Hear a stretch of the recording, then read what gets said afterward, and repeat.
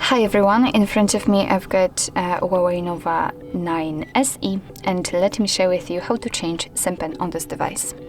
So first of all, let's enter the settings, and here we have to scroll to find the security. Now let's tap on SIM PIN, and as you can see here we've got the option change SIM PIN, so let's tap. Right now we have to enter our current PIN, so let's do it. Tap on OK, and here we have to enter new one. So let me do it also.